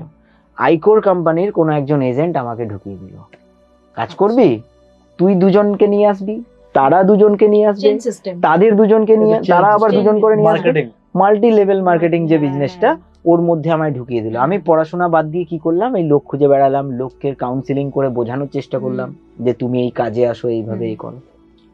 আস্তে আস্তে দেখলাম যে এতে তো আমার লস হচ্ছে। আমি কি করব, এইভাবে তো সময় নষ্ট করছি। থাকতে থাকতে কি হলো, বাড়িতে খুব রাগারাগি। কেন? আমি আমার বাবার বাইক নিয়ে চলে যাই। কোথায়? স্কুলে। কি করতে? রেলা দিতে। আচ্ছা, আর বাড়ির লোক জানে কি বলতো, আমি স্কুলে যাচ্ছি। আচ্ছা। আমার বাড়ির লোক, আমি স্কুলে আসতাম স্কুল ড্রেস পরে, হুম, এসে স্কুল থেকে ধরো একটু বাকি আছে যেতে, ওখানে আমি ড্রেস ফ্রেস চেঞ্জ করে দিয়ে এবার আমি আমার বন্ধু বান্ধবকে ডাকতাম, চল আজকে একটা আমি নিট নিয়েছি, 3 জনে মিলে খাবো। আচ্ছা। ঠিক আছে। তো তারপর কখনো কখনো বাবার বাইক নিয়ে স্কুলের কাছে আড্ডা দিচ্ছি, রেলা দিচ্ছি। এবার বাড়ির লোক কিন্তু জানে আমি পড়ছি। পড়ছো, হ্যাঁ, একদম। ঠিক আছে, পড়ছি মানে কি, স্কুলে যাইনি কিন্তু আমি টিউশনে পড়ছি কি কিছু করছি, কিছুটা করছো। কিন্তু আমি পড়াশোনার মধ্যেই নেই। টিসি, ওই স্কুল টিসি খেয়ে যাওয়ার পর থেকেই আমি আর পড়াশোনার মধ্যে নেই। আচ্ছা। এইবার আস্তে আস্তে করে একটা, তখন ওই মারুতি অমনি ভ্যান খুব গ্রামে চলতো, একজন মারুতি অমনি ভ্যান নিয়ে এসে দাঁড়ালো, দাঁড়িয়ে একটা পানের দোকানের সামনে, এই একটা সিগারেট দে। সিগারেট নিল, সিগারেটটা ধরালো। আমি ওই লোকটার অ্যাটিটিউডটা দেখলাম, দেখার পরে আমি ওর মধ্যে ঢুকে গেলাম যে আমি যদি একটা গাড়ি কিনি, আমি যদি গাড়ি ভাড়ায় খাটাই, অনেক জায়গায় যাব, বিভিন্ন জায়গা দেখবো, টাকাও রোজগার হবে। বাড়ি দিকে বললাম আমাকে গাড়ি কিনে দাও, আমি আর পড়বো না, আমি গাড়ি চালাবো। আচ্ছা। বাড়ির লোক আমাকে মানে এক প্রকারে মারধর খুব একটা করতো না বাড়ির লোক, কিন্তু এক প্রকারের অ্যালাউ করলো না। আমি রেগে টেগে খাবো না, এই করবো না, 4 দিন 6 দিন খেলাম না, বাড়ি থেকে বেরিয়ে একজনের বাড়িতে, এর বাড়িতে, ওর বাড়িতে ঘুরে বেড়ানো শুরু করলাম। বাড়ির লোক তাও মানে ছেলে জেদ করলে যেরকম হয় না সেই রকম, তবুও বাড়ির লোক আমাকে একসেপ্ট করলো না। আমি কি করলাম, ওই যে দাদাটাকে দেখেছিলাম সিগারেট খেয়েছে, ওর কাছে গেলাম, দাদা তোমার না গাড়িটা খুব সুন্দর। বলছে তাই? ও, এমন দাদা গাড়ি চালানো শিখতে গেলে কি করতে হবে? বলে কিছু না, আমাকে 1 ট্যাঙ্কি গ্যাস লোড করে দিবি, আমি তোকে গাড়ি চালানো শিখিয়ে দেবো। আচ্ছা। আমি বললাম শিখিয়ে দেবে? বলে হ্যাঁ। কত টাকা দাম 1 ট্যাঙ্কি গ্যাস? না ওই 1000 টাকা মতো। ঠিক আছে, আমি তখন জানতামও না যে তখন এত গ্যাসের দামও নয়। আমি কি করেছি, বাড়িতে গিয়ে মাকে ধরেছি, আমার পরীক্ষার জন্য কোশ্চেন ব্যাংক কিনতে হবে, অনেকগুলো এক্সট্রা অথারের বই কিনতে হবে, আমার টাকা লাগবে 1000 টাকা, স্যার নিয়ে যেতে বলেছে। আচ্ছা। ঠিক আছে, মা দিয়ে দিয়েছে টাকা, নিয়ে ওকে গ্যাস ট্যাঙ্কির জন্য টাকা দিয়ে দিয়েছি, গ্যাস ভরেছে। রীতিমতো আমাকে বাদিকে বসিয়ে একটুখানি 1 চক্কর ঘুরিয়ে টুরিয়ে হঠাৎ কোনো ফোন চলে এলো, বললো ভাই আজকে না আমার ভাড়া আছে, তোর তো গ্যাস আছেই গাড়িতে লোড করা, তোকে আমি আবার পরে শিখিয়ে দেবো। আমিও ভাবলাম একদিনে তো হয় না, আজকে তো গাড়িতে বসতে দিয়েছে, কালকে স্টিয়ারিংটা দেবে, পরের দিন গিয়ার বক্সে হাত দিতে দেবে। এই আশাতে আমি কি করলাম, বাড়ি চলে গেলাম। মা বাবা জানে সত্যিই ছেলে বই কিনে পড়াশোনা করছে। তারপর কি হলো, পরের দিন যখন ওই দাদাটাকে বললাম, ওই দাদাটা বলল তুই গ্যাস ভরে দিয়েছিস, তোর কি মাথাটা খারাপ আছে নাকি, যা পড়াশোনা বাদ দিয়ে এখানে গাড়ি চালানো শিখতে এসছে। ওখানে একটা আঘাত খেয়ে গেলাম, পাল্টি খেয়ে গেলাম একটা। তারপর কি করলাম, বাড়িতে গিয়ে মাথার মধ্যে ওই ঘুরঘুর করছে আমি গাড়ি কিনবই, আমি গাড়ি কিনবই। এবার গাড়ি কিনতে গেলে কিভাবে কিনতে হবে, ওখান থেকে শুরু হলো আমার গাড়ির লাইনের পথ। বুঝতে পারলে? এবার কি করলাম, বাড়িতে মায়ের সোনা দানা যা ছিল সব বের করে নিয়ে একজনের কাছে চলে গেলাম, গিয়ে বললাম আমাকে 1 লাখ টাকা দিতে হবে। ও দেখলো যে 2 লাখ টাকার সোনা, 1 লাখ টাকা চাইছে, ও যথারীতি নিয়ে নিয়েছে, নিয়ে নিয়েছে, আমাকে 1 লাখ টাকা দিয়ে দিয়েছে। আমি কি করেছি, শোরুমে চলে গেছি, শোরুমে গিয়ে বলছি আমাকে গাড়ি দাও। বলছে তুমি গাড়ি দেবো তোমাকে, তোমার কাগজপত্র নিয়ে এসছো? আমি কি কাগজপত্র লাগবে? না আধার কার্ড, ভোটার কার্ড যেমন এখন চায় সেরকম আমার পুরো একদম কাগজপত্র চাইলো। আমি বললাম যে ঠিক আছে আমি নিয়ে আসবো বাড়ির থেকে। আবার বাড়ির থেকে আমার শুধুমাত্র স্কুল সার্টিফিকেটের ওই রেজিস্ট্রেশন কপি আছে, আর কিছুই নেই। তখন না হয়েছে ভোটার কার্ড, না হয়েছে কিছু। আমি তখন ওই যে তখন এই হতো যে পোলিও কার্ড যেটা হয়, হ্যাঁ পোলিও কার্ড এবং রেশন কার্ড এগুলো নিয়ে গিয়েছি। বলছি এইসব কাগজ কিছু চলবে না, লাস্ট 3 মান্থ ট্রানজাকশন, ব্যাংকের ডিটেলস লাগবে, তোমার ভোটার কার্ড লাগবে, তোমার যদি ড্রাইভিং লাইসেন্স থাকে সেটা লাগবে। আমি তো পাগল, তাহলে তো আমার গাড়ি হবে না। ড্রাইভিং লাইসেন্স তো লাগবেই। আমি যে একটা লোককে ধরলাম, দাদা আমি একটা গাড়ি কিনবো, গাড়ির মালিক আমি হতে পারবো না, কারণ আমার নামে তো গাড়ি করতে পারছি না, তুমি মালিক হয়ে যাও। আচ্ছা তখন বলে হ্যাঁ ঠিক আছে, কোনো অসুবিধা নেই। আচ্ছা লোকটা ওর তুমি নাম- চিনতে? হ্যাঁ চিনতাম লোকটাকে, যাকে আমি সোনা দিয়েছি আচ্ছা, সে তাকেই? তাকেই, যে দাদা আমি তো সোনা দিয়ে তোমার কাছ থেকে তো টাকাটা নিলাম গাড়ি নেবো বলে, কিন্তু গাড়ি তো নিতে পারছি না, আমার তো কাগজপত্র নেই, হুম লোনও পাস হবে না, হুম তোমার নামে গাড়িটা করে নাও, সে তো এমনি আমি- তোমাকে ঠকিয়েছে। আমি হুম। কিস্তি দেব, ঠিক আছে, হুম, আর আমার যখন কিস্তি কমপ্লিট হয়ে যাবে হুম। তখন তুমি আমার নামে করে দিও। আচ্ছা লোকটা দেখলো যে ঠিকই আছে, ও ডাউন পেমেন্ট করছে টাকা দিয়ে, আমার নামে গাড়ি হবে, ও যদি কিস্তি না মেটাতে পারে তখন আমি মেটাবো, গাড়ি আমার হয়ে যাবে। হুম, আমি তো তখন বুঝতে পারিনি, তখন আমার নেশা গাড়ি নেব। হুম। গাড়ি নেবো হ্যাঁ যথারীতি ভান্ডারি অটোমোবাইলস বলে একটা, তমলুক বলে একটা জায়গা আছে, ওখান থেকে রাত্রি এতটাই জেদ, সেদিন শোরুম থেকে বলছে আজকে গাড়ি দিতে পারবো না স্যার, কালকে নিয়ে যাবেন। আমি বলছি আমার আজকেই গাড়ি লাগবে, আপনারা লিখে দিয়েছেন এত তারিখ ডেলিভারি দেবেন, হুম, আজকে যদি দেন তাহলে আমি নেব, নাহলে আমি অন্য শোরুম থেকে নেব। এতটাই জেদ ছিল আমার। ওই দিন রাত্রি 12:30টার সময় আমাকে মারুতি অমনি ভ্যান ব্র্যান্ড নিউ ডেলিভারি দিল। ওই যে একদিন আমাকে বসিয়েছিল, হুম। তারপরে আমি কোনোদিন স্টিয়ারিং ধরিনি।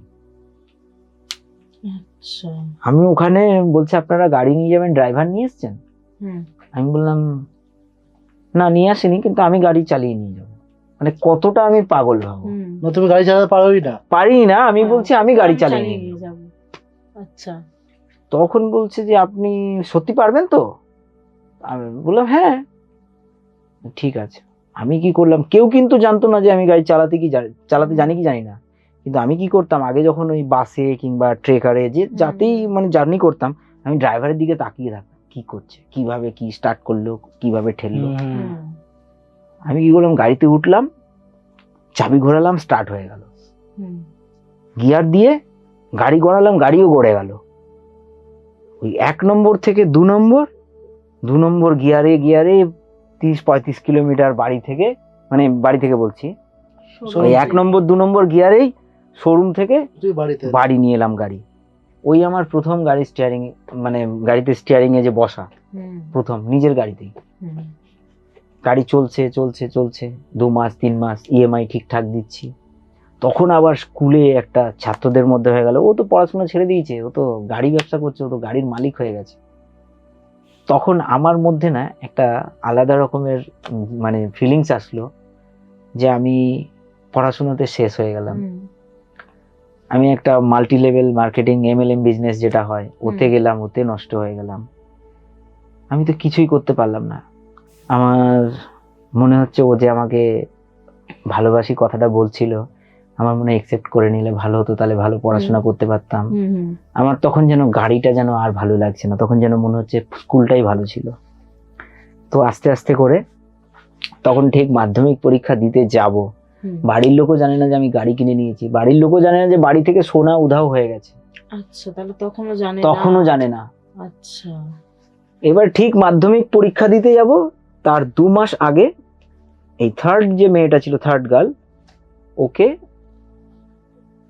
রাস্তাতে গাড়ি নিয়ে যেতাম, রাস্তাতে দাঁড়িয়ে দাঁড়িয়ে দেখতাম, ও সাইকেল নিয়ে যেত, আমাকে দেখেই রেগে পাই পাই পাই পাই করে সাইকেল চালিয়ে নিয়ে চলে আচ্ছা, যেত। মানে যে তোমাকে ফার্স্ট বলেছে? ফার্স্ট যে আমাকে অফার হ্যাঁ। করেছিল, আচ্ছা, আচ্ছা, আচ্ছা। আমি দাঁড়িয়ে থাকতাম, আমি ভাবতাম হয়তো আমার গাড়ি টাড়ি দেখে হয়তো ও এক্সাইটেড হয়ে যাবে। হুম। হুম আমি যখন দেখছি ও কোনো রকম ভাবে পাত্তা দিচ্ছে না, আমি একদিন ওর বাড়ির কাছে রাস্তায় গিয়ে দাঁড়িয়ে থাকলাম।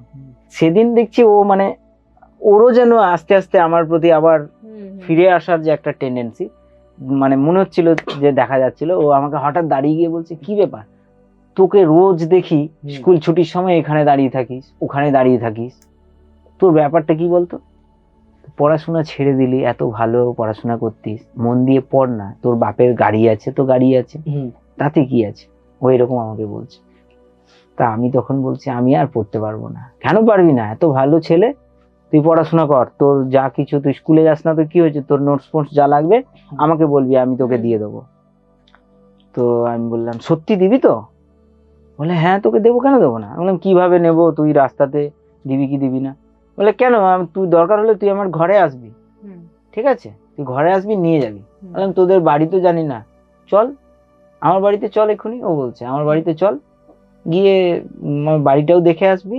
হুম এবার ওদের বাড়িতে আমি মানে ওর ডাকুক আর না ডাকুক, আমি তখন মানে যেচে চলে যাওয়ার মতো অবস্থা, আমি ওদের বাড়িতে চলে গেছি।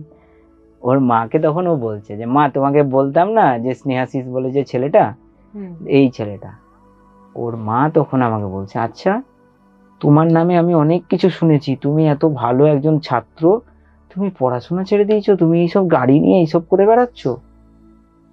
দেখো আমাদের বাড়িতে কিন্তু ভালো ছেলে পড়াশোনা যারা করে তাদেরকে আমরা খুব ভালোবাসি, আর আমাদের বাড়িতে কিন্তু যারা পড়াশোনা করে না তাদেরকে কিন্তু আমরা কোনো চান্স মানে কোনো রকম ভালোবাসি না তাদের। এবং ওই মেয়েটার যে দাদা, ওই হুম। মেয়েটার দাদা তখন রীতিমতো রহড়া রামকৃষ্ণ মিশনে পড়াশোনা করছে, আচ্ছা, ঠিক আছে। হুম, তো ওই মেয়েটার মা বলছে যে দেখো আমার ছেলেও কিন্তু পড়াশোনায় ভালো, হুম, মেয়েও পড়াশোনা ভালো করে করছে, তুমি আমার ছেলেরই মতো, তুমি ভালো করে পড়াশোনা করো, তোমার কি সমস্যা কি অভাব, আমি শুনেছি তুমি স্কুলে যাও না, হয় না, তোমার কি সমস্যা, যা সমস্যা থাকবে আমি দরকার হলে হেল্প করব, তোমার বাড়ির লোককে যদি কিছু বলার থাকে আমি বলবো, হুম, তুমি পড়াশোনা করো। আমি বলছি যে আচ্ছা দেখছি দেখছি, হ্যাঁ হ্যাঁ হ্যাঁ আমি পড়বো পড়বো পড়বো। তো আস্তে আস্তে বিশাল জোরে বৃষ্টি চলে এসছে। যখন বৃষ্টি হচ্ছে ওর মা আমাদের গ্রামে মুড়ি আর তেলে ভাজা খেতে দিয়েছে, আচ্ছা, বুঝতে পারলে। খাচ্ছি, খেতে খেতে আস্তে আস্তে সন্ধে হয়েছে, বৃষ্টিও থেমে গেছে। তো আমি বাইরে বেরিয়েছি, ওর মা বলছে যে বাবু ওকে একটু এগিয়ে দে। হুম, তো টর্চ লাইট দেখিয়ে রাস্তাতে, মানে কাদামাটির রাস্তা, হুম, এগোতে এসছে। আমাকে বলছে যে আচ্ছা তুই সত্যি করে বল তো, তুই পড়াশোনা কি আর করবি না, তুই পড়ছিস না কেন? হুম, এবার কি যে বলবো তোমাকে, তখন আমার মাথায় কোথা থেকে ক্লিক হয়ে গেল, আমি আমার মাথা থেকে তখন হঠাৎ করে মুখ থেকে ওকে বলছি যে আমি না সত্যি পড়তে পারছি না, কেন জানিস, তোর জন্য। আচ্ছা, আচ্ছা, যে তুই আমার জন্য পড়তে পারছিস না? আমি বললাম হ্যাঁ আমি তোর জন্য পড়তে পারছি না। কেন? বলছেন তুই যে আমাকে একবারই বলেছিলিস যে আমাকে ভালোবাসিস, তুই কি আমাকে এখন আর ভালোবাসিস না? হুম, ও তখন বুঝতে পেরে গেছে, হুম, ও তখন আমাকে জড়িয়ে ধরে নিয়েছে, হুম, ঠিক আছে, জড়িয়ে ধরে রীতিমতো কাঁদছে ও, ঠিক আছে। হুম, দেন যেরকম একটা রোমান্টিক হয়, আমি হুম, বললাম যে আমি না তোকে সত্যি কথা বলছি, তুই হয়তো বলেছিলি যে আমি ভালোবাসি, কিন্তু আমি তোকে ডাইরেক্ট বলতে পারিনি, তাই সেই যন্ত্রণাটা আমি স্কুলে সহ্য করতে পারবো না বলে আমি স্কুলে যাই না, এদিক ওদিক ঘুরে বেড়াই। তারপর তো ও জানে যে মা মা তখন রেগে যাবে যদি এরকম একটা সিচুয়েশন দেখে। হুম। ও আমাকে বললো ঠিক আছে তুই বাড়ি যা, কাল থেকে কিন্তু তুই স্কুলে যাবি, আমি যেন তোকে স্কুলে দেখতে পাই। হুম।